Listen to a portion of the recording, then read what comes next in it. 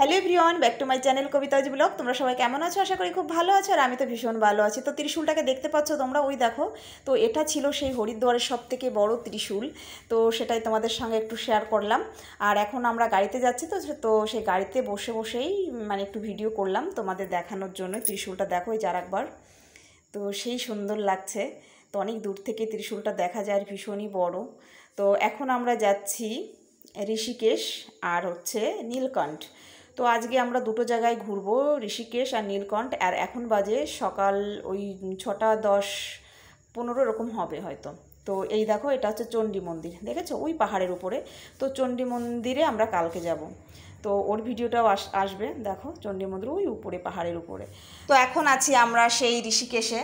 আমরা নীলকণ্ঠ থেকে ঘুরে চলে এসেছি ঋষিকেশে। এই যে এই গঙ্গাঘাটে স্নান সেরে নিয়েছি, ড্রেস চেঞ্জ করে নিয়েছি। তো এখন আমরা ওই পাড়ে গিয়ে কিছু খাবো, তারপরে সেই মন্দির দেখতে যাব। এখানে সেই 13তলা যে মন্দিরটা আছে, ওই 13তলা মন্দিরে যাব। তারপর ঋষিকেশে আরও যে মন্দিরগুলো আছে সেগুলো কিছু কিছু যতটা সম্ভব আজকে দেখে নেব। যেহেতু আমার একদিনে এতগুলো তো সম্ভব নয়। নীলকণ্ঠে যেতে গিয়ে আমাদের লেট হয়ে গেছে। আর এই যে সেই রামঝোলা, তোমরা দেখে নাও যারা যারা দেখোনি রামঝোলাটা। তো এটা সত্যিই মানে এটা একটা ঝোলার মতনই, দোলনার মতনই এটা দোলে। তো আমরা এর উপর দিয়ে যাচ্ছি, পুরো দুলছে মানে এটা রামঝোলাটা। তো এটা শুনেছিলাম, বাস্তবে মানে কখনো যে এরপর দিয়ে যাবো ভাবতে পারিনি। তো আজ সেটা স্বপ্নটা পূর্ণ হলো। সত্যি মানে দুলছে, আর ভীষণ ভালোও লাগছে, আবার একটু ভয় ভয়ও লাগছে, যেহেতু নিচে সমুদ্র।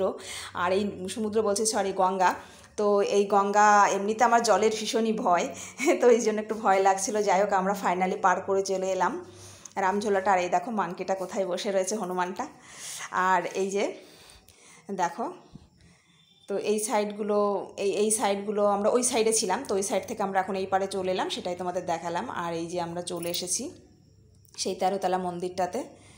তো এইখানে এখন আমরা যাব উপরে, তো মেন একদম উপরে যাব। তো এখানে 2তলা পর্যন্তই অনেকটা বড় আছে, আর মাঝের ওই কটা দেখো একটু ছোট ছোট মতো, ঠিক আছে।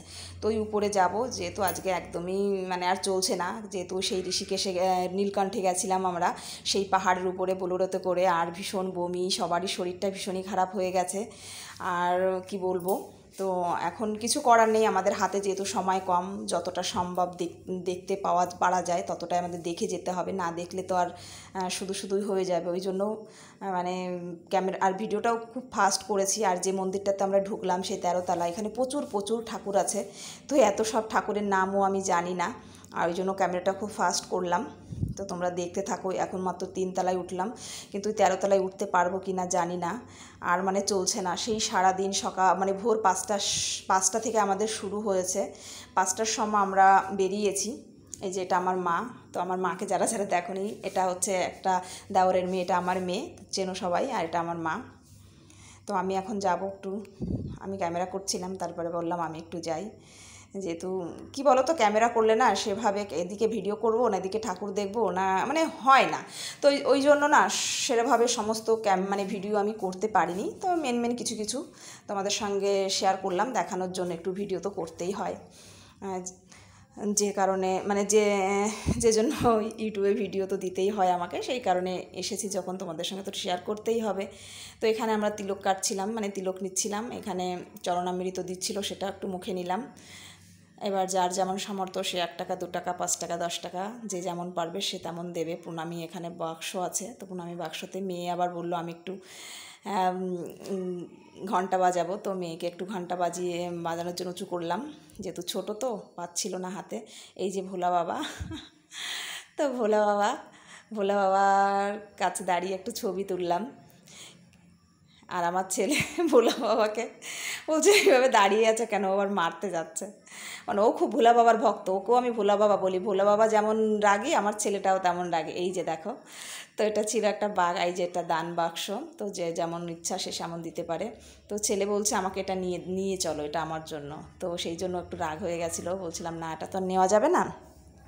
তো তারপরে দেখো কত ফাস্ট দৌড়াচ্ছি, মানে কোনো রকম এক পলক করে দেখছি 13তলায় উঠতে হবে, বুঝতে পারছো। 1তলায় উঠতে গেলে আমার অবস্থা টাইট হয়ে যায়, সেখানে 13তলায় উঠতে হবে। তো আর জানি না, মানে খুব জোর হয়ে গেছে গায়ে। একতলায় ওঠার মতো আমার ক্ষমতা থাকে না, সেখানে 13 তলা পর্যন্ত উঠবো, ভীষণ ব্যাপার। ভগবান মানে সত্যি ঠাকুর আছে, ঠাকুরের আশীর্বাদ আছে, তার জন্য আমরা পারছি এই ছোট ছোট বাচ্চাদের নিয়ে সেই নীলকণ্ঠ থেকে ঘুরে এসে আবার এই মন্দিরে 13 তলা পর্যন্ত যাওয়া। বুঝতে পেরেছো কতটা কঠিন, কতটা মানে যাই হোক, তো ঠাকুর আমাদের অবশ্যই আশীর্বাদ করেছে, সেই জন্য আমরা পারছি। এই যে এটা দেওরের বউ, তার ছেলে, আমরা অনেক অনেক মানুষ গেছিলাম, 14 জন। তো প্রচুর প্রচুর ঠাকুর, তোমরা শুধু ঠাকুরগুলো দেখো, ঠিক আছে? কোন ঠাকুর আর নাম দেখে কি হবে, আর আমি তো সেই নামগুলো সব লেখা ছিল উপরে, কিছু কিছু ঠাকুরের নামগুলো তুলেছি, কিছু কিছু তোলা হয়নি। খুব ফাস্ট বলছি না, ভিডিওগুলো করা হয়েছে, তোমাদের কতটা সুন্দর করে দেখাতে পারছি। দেখো, এটা কালরাত্রি দেবী এটা, ঠিক আছে? তো এই সমস্ত কোনোদিনও আমি এসব ঠাকুরের নাম শুনিনি, তো এখানে এসেই শুনলাম। এটা কি ব্রহ্মচারিণী দেবীজি। তো দেখো, এই সমস্ত ঠাকুরের সত্যি কথা আমি নাম, এটা হচ্ছে হনুমানজি। তো হাজব্যান্ডের খুব মানে এটা আমার হাজব্যান্ড, দেখে নাও সবাই, তো হাজব্যান্ড খুবই ভক্ত হনুমানজির, সেই জন্য অনেকক্ষণ মাথা ঠেকিয়ে রেখেছিল। তো এখন আছি আমরা মোটামুটি 4 তলাতে। তো 4 তলার ভিউটা তোমাদের একটু দেখাই। দেখো, ওই যে সেই লক্ষ্মণ ঝোলা, যে ঝোলা দিয়ে আমরা পার হয়ে এলাম এই পাশটাতে। আর ভীষণই কষ্ট হয়ে গেছে, কেন বলো তো? আমাদের প্রচুর প্রচুর হাঁটতে হয়েছে, ওই পাশ থেকে এই পাশে এসেছি আমরা। আর এই যে ঝোলাটা, তো এই ঝোলাটা দেখা যাচ্ছে এই যে, কিন্তু না, ওই ঝোলাতে যখন আমরা এই পাশে নেমেছি, তারপরে আমাদের অনেকটা দূর হেঁটে আসতে হয়েছে। তারপরে পেছনে ব্যাগে একটা বড় ব্যাগ ছিল। এই যে এটা দেখো, মহাদেবজি। তো মেন মহাদেবজির মন্দির এটা, এই যে সেই 13 তলার একদম উপরে, আমরা ফাইনালি এখন 13 তলার উপরে আছি। তো মেন মহাদেবজির মন্দির এটা। এই যে মহাদেবজি পুরোটা সোনার, দেখো ওই যে ত্রিশূলটা আছে, ত্রিশূলটাও সোনার, ওই যে বীজে যে মাঝখানে যে ত্রিশূলটা, ওটাও সোনার।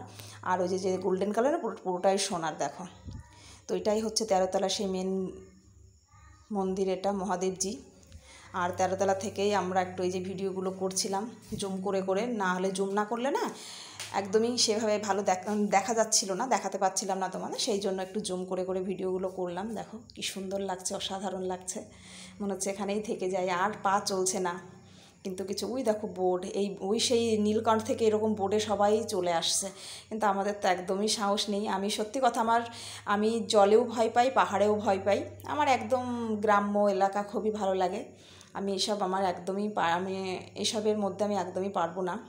তো সেটার বুঝে গেছি। আগে সবাই বলতো যে কোনটা ভালো লাগে, গ্রাম না পাহাড়, আমি বলবো আমার সব থেকে মানে সমুদ্র, আমার সব থেকে গ্রাম ভালো লাগে। তো এই যে চলে এসেছি তোমার ঋষিকেশের, এই যে এইটা অনেকবার দেখেছি ভিডিওতে, টিভিতে, ফোনে, মোবাইলে, যেখানেই বলো। তো অনেক দিনের ইচ্ছা ছিল এই যে ভোলানাথ, তো ভোলানাথের এই যে সমুদ্রের মধ্যে থাকে না, এই যে এটা দেখেছি অনেকবার আমি মোবাইলে, ভিডিওতে। তো আমার খুব ইচ্ছা ছিল দেখার, এরকম চোখ থেকে মানে একদম কাছ থেকে। তো যাই হোক, আমাদের সময় খুবই কম, যার জন্য আমরা খুব ফাস্ট আমাদের বেরিয়ে যেতে হলো ওই দেখতে দেখতে। এখন যেহেতু জল অনেক কম আছে, সেই কারণে ওখানে জল নেই, তো একদম উপরে জল চলে আসে একদম, আমরা তো দেখেছি না ভিডিওতে, একদম উপরে জল।